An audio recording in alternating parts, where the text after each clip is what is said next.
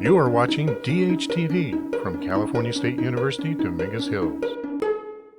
Now let's take a look at blackness. Though neither aliens nor enemies, American blacks during World War II are going to suffer from white hostility and oppression, because for Black America, the theme was "Your color offends."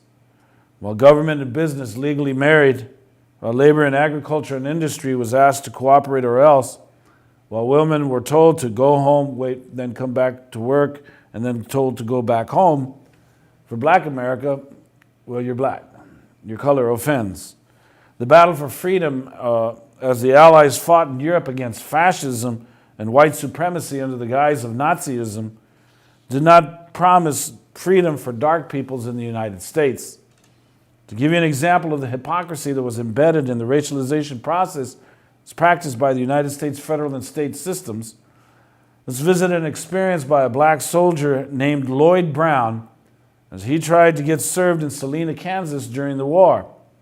Now, during the war, Germans who were caught as spies were sent to two prison camps. One, because of the intensity of their spying, if they were a threat, they were sent to a prison in New Jersey. But another one was a prison camp in Salina, Kansas. And there, this was for minor offenses, but they served prison sentences during the war.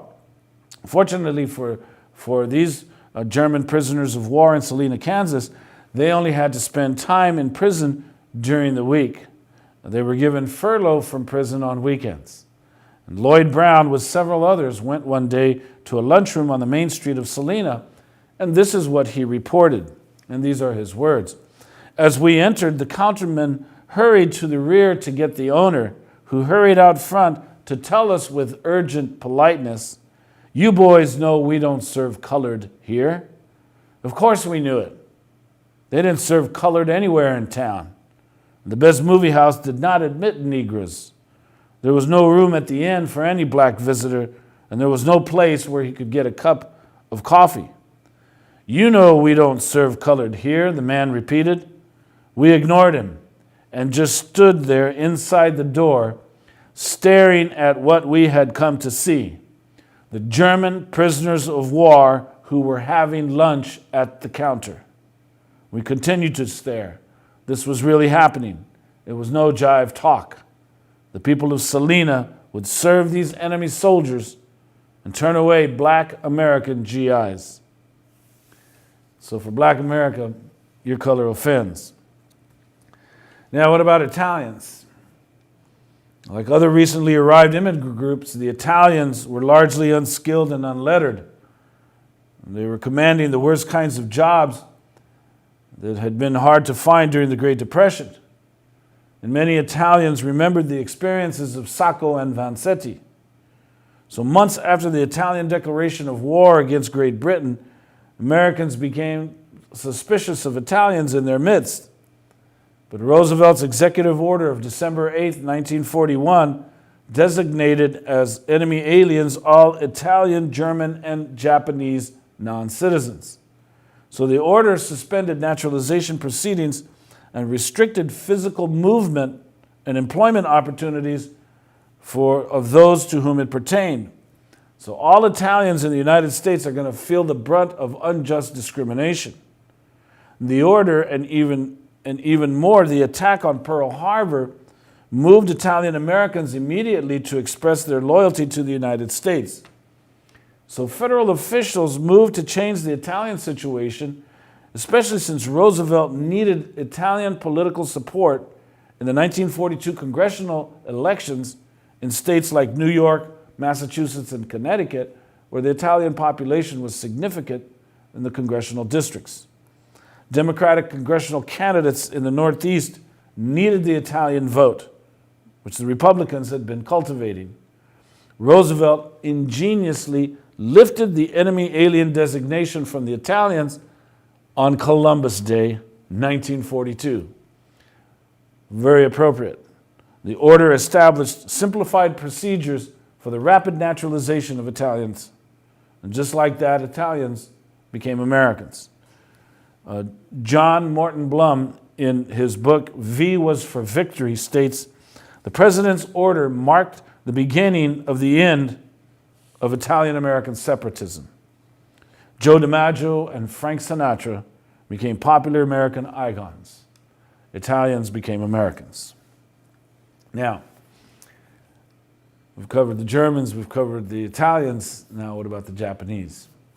Now, historians consider the arrival up until 1924 to be the grace period for Asian immigrants.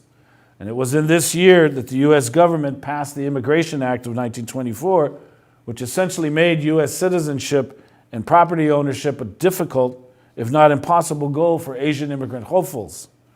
Asians faced prejudice, discrimination, and segregation, and their disadvantaged position encouraged them to turn inward and develop alternative paths towards cultural and material expression. Now, how did the society come to rationalize hate? Now, the ultimate insult, instituted as official policy, would become known as the Japanese Relocation Program. Let's go to a federal documentary on that.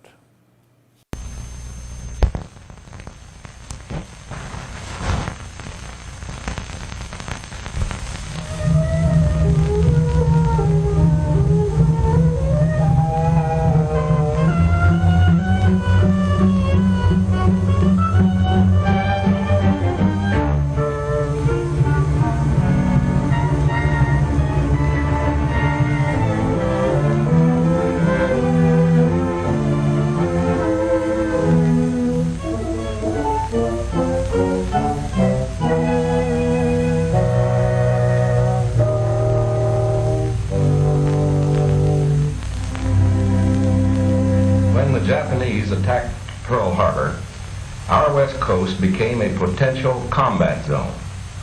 Living in that zone were more than 100,000 persons of Japanese ancestry, 2/3 of them American citizens, 1/3 aliens. We knew that some among them were potentially dangerous.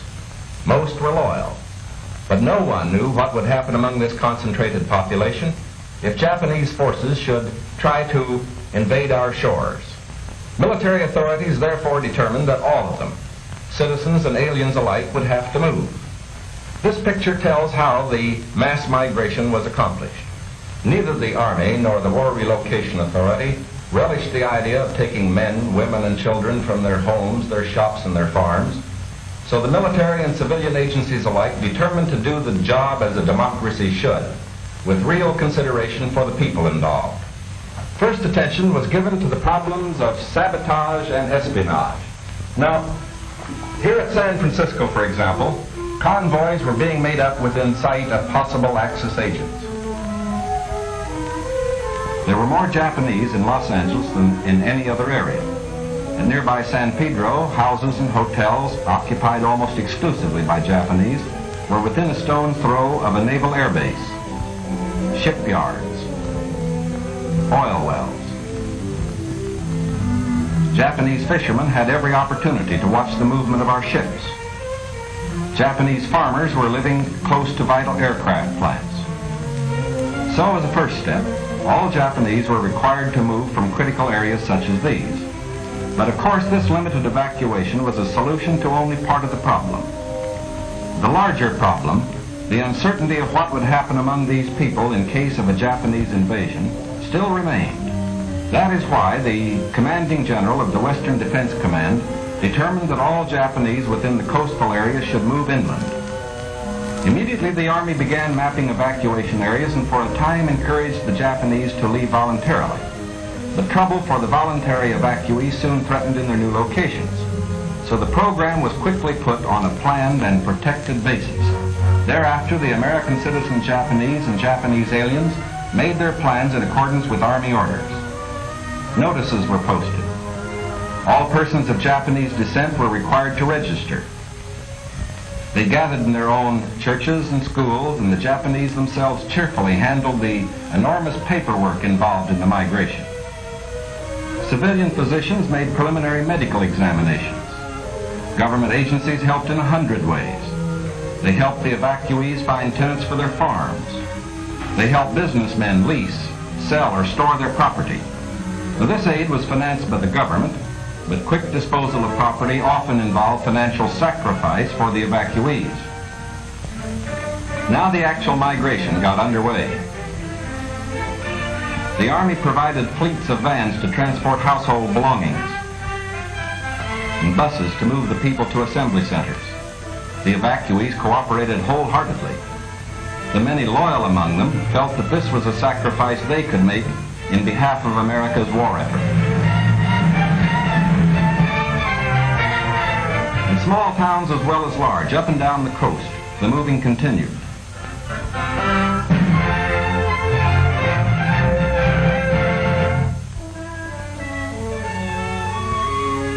Behind them, they left shops and homes they had occupied for many years.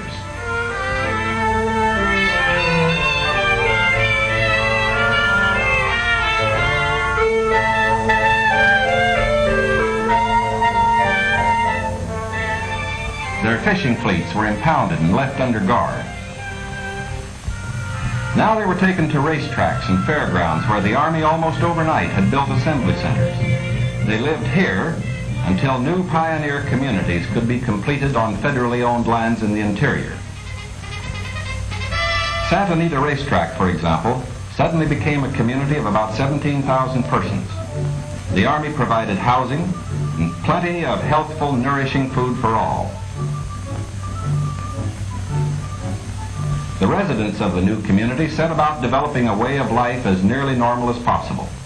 They held church services, Protestant, Catholic, and Buddhist. They issued their own newspaper, organized nursery schools, and some made camouflage nets for the United States Army. Meanwhile, in Arizona, Utah, Colorado, Wyoming, and elsewhere, quarters were being built where they would have an opportunity to work and more space in which to live. When word came that these new homes were ready, the final movement began.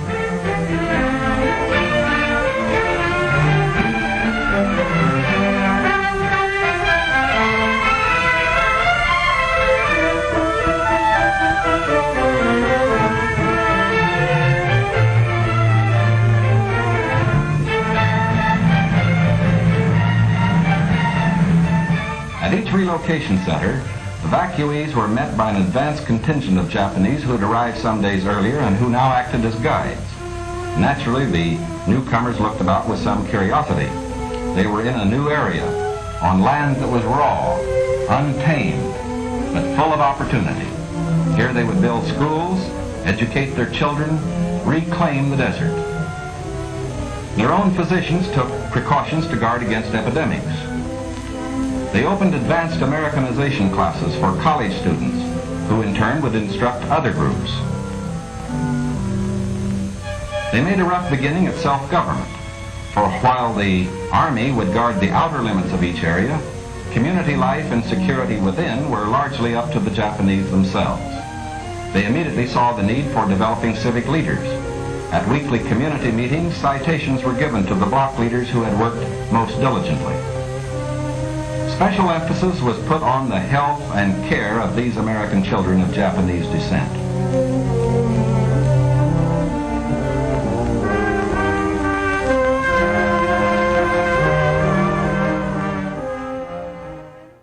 All right. Again, this was a government-sponsored film to convince Americans of the beneficial treatment that the federal government had towards the Japanese problem. And of course, this was the solution to the Japanese problem that was identified by the native sons and daughters of the Golden West. The Issei, the first generation of Japanese immigrants to the United States, and the Nisei, the second generation born in the U.S., were primarily sharecroppers concentrated in California and the West Coast states. In this U.S. government-sponsored film we just viewed, that defended the internment of the Japanese American citizens, and as you viewed it, wasn't it comforting to know that the United States had assembly centers and developed pioneer communities rather than concentration camps? I don't just like the way that the government portrayed the Japanese as very willing and very excited to leave their homes so that they can attend camps that provided them housing and nourishing food. It was such a happy moment for the Japanese to leave to these pioneer communities. And of course, what is all inspiring about all of this is that they're being sent to the desert. where the land was raw, where the land was untamed, but it was filled with opportunity for them. Now, meanwhile, the Italians are going to be granted citizenship, and German prisoners of war are going to be enjoying furlough weekends in Kansas, where they can eat in restaurants that refuse to serve black U.S. soldiers. It was crazy times for people of color, for immigrants during World War II. American democracy is funny, isn't it? But let's go to a documentary by those who experienced the removal.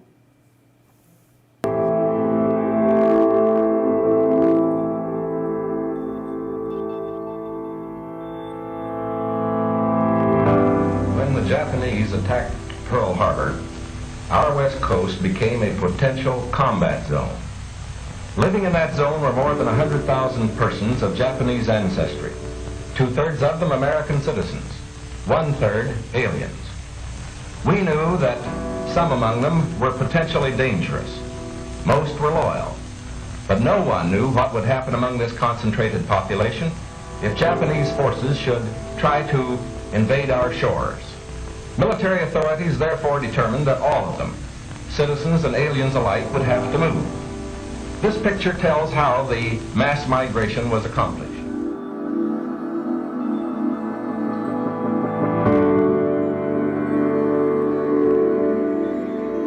After the attack on Pearl Harbor on December 7, 1941, the United States government forced nearly 120,000 Japanese American men, women, and children to leave their homes to move to internment camps.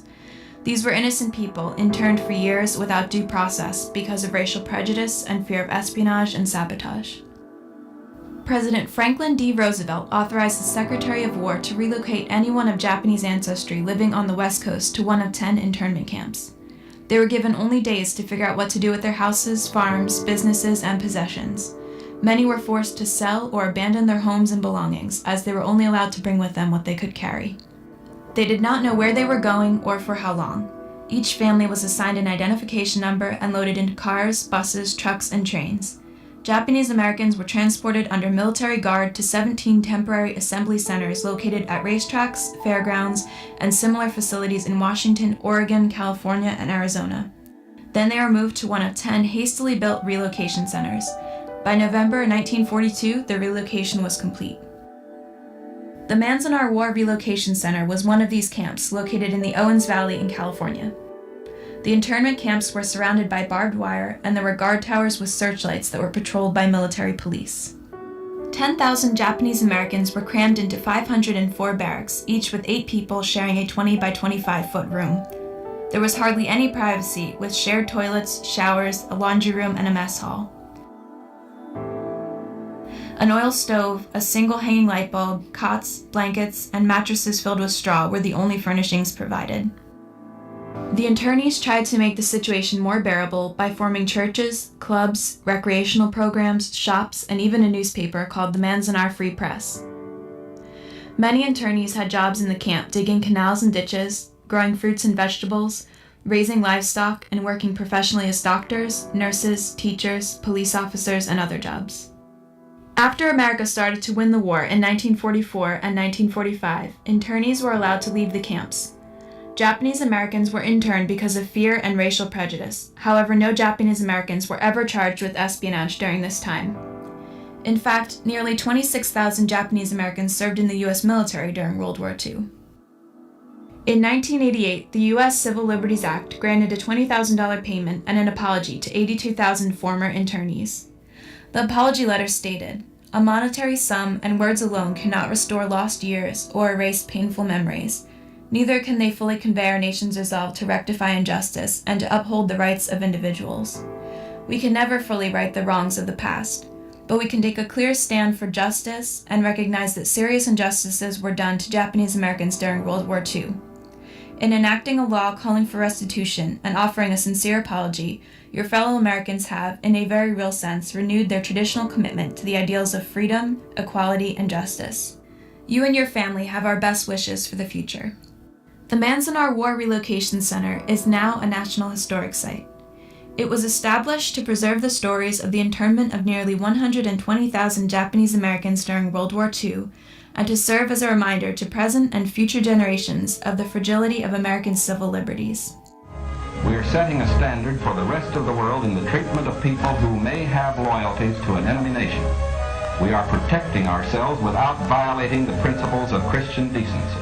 And we won't change this fundamental decency no matter what our enemies do. But of course, we hope most earnestly that our example will influence the Axis powers in their treatment of Americans who fall into their hands. Okay, so students, just to understand what's happening, what happened to the Japanese is exactly what's happening right now to Mexican undocumented workers.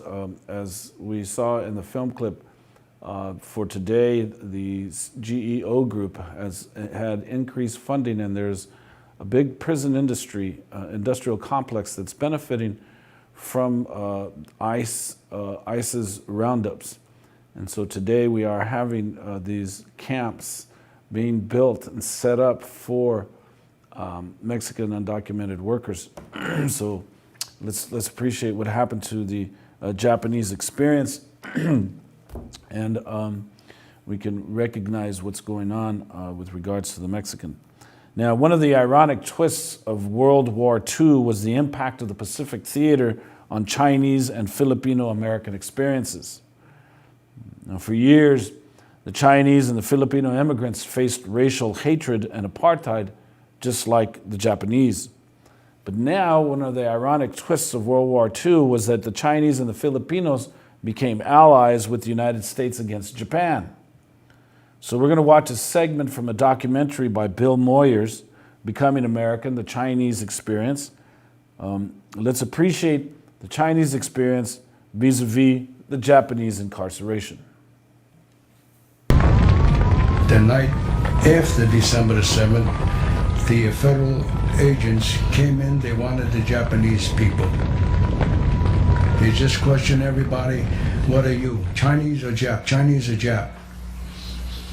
So I tell them, I'm Chinese, let me see an ID. I gave them the ID, Wang, okay. The two Japanese fellas that I was rooming with, they took them away. They were rounding up the Japanese for the internment camps. And we were told not to leave Chinatown, and that if we did leave it, that we wore our buttons that proclaimed American Chinese. December 7, 1941, was a calamity for the American Navy in Honolulu and for Japanese Americans.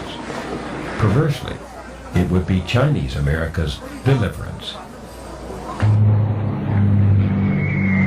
For 4 years, China had been at war with Japan. Suddenly, China was our ally. The goodwill spilled over to the Chinese here. Now they were the good Asians. Could be better life in the service because of civilian. At that time, either laundry or restaurant business. So by going to the service, I could be somebody else. There was tremendous shortage of labor because most of male went to war.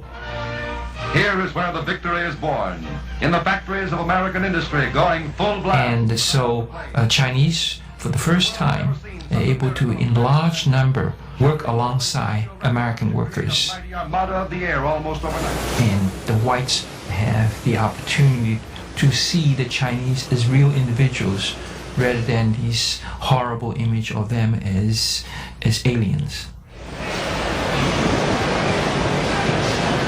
It is a very sad twist of fate that Japanese Americans now are the bad guys.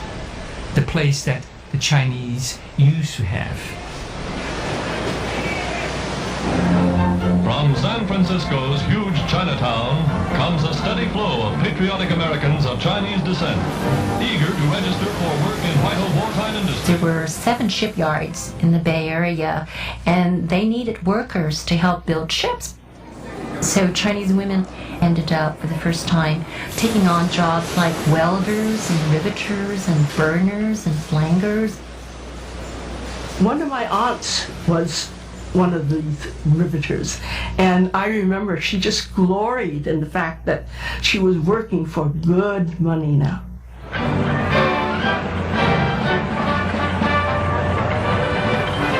Patriotic fervor swept through Chinatown. But there were still 15 anti-Chinese laws on the books. What to make of them? They were now an embarrassment among allies. And in 1943, with FDR's support, a bill repealing exclusion sailed through Congress. This historic event barely earned a headline. Even Chinese Americans had other things on their minds.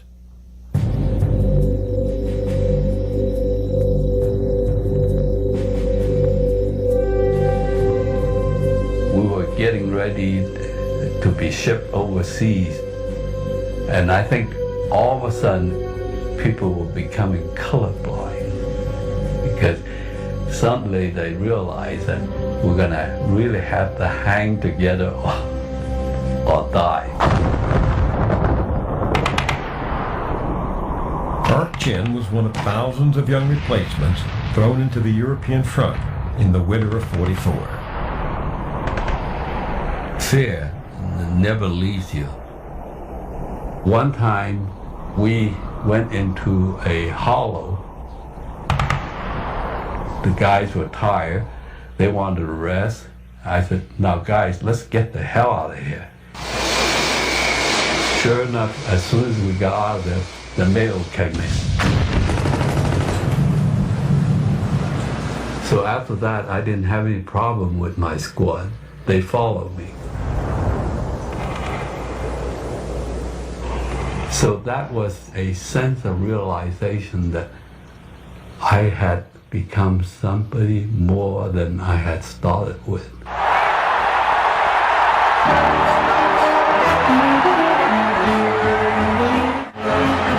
Coming back, first of all, I survived. Later, back in the restaurant, we went through another one of those incidents where the rednecks said, "We fought goddamn more for you chinks." I said, "What? I was out there. You know, I fought that war."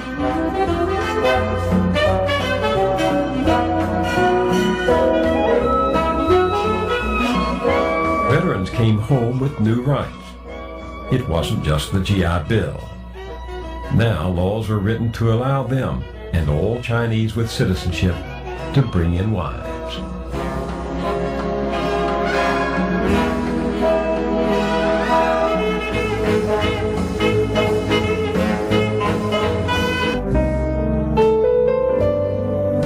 Some 65 years after the Exclusion Act, the Chinese here could lead lives that others took for granted.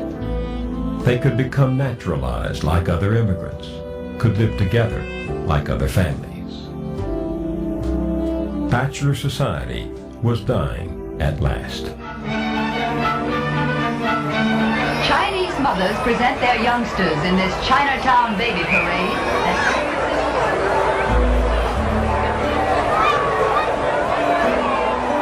Our children, we sense, been born into a new era. I did not kid myself that still there would be roadblocks. Yeah, it was going to be a struggle, but what the hell, that's life. The night after December the 7th, the federal agents came in, they wanted the Japanese people. They just questioned everybody. All right, while this particular film concentrated on the Chinese experience, it was when the war was over, the U.S. had to make good on China's and the Philippines' support in the Pacific Theater. So Chinese and Filipino Americans are going to be granted citizenship, and this was 65 years after being excluded. The Japanese are going to provide deliverance to the Chinese and the Filipinos. Now, this is a great story, don't you think? And it could only happen in the United States of America, where everybody drinks Cabron Extra.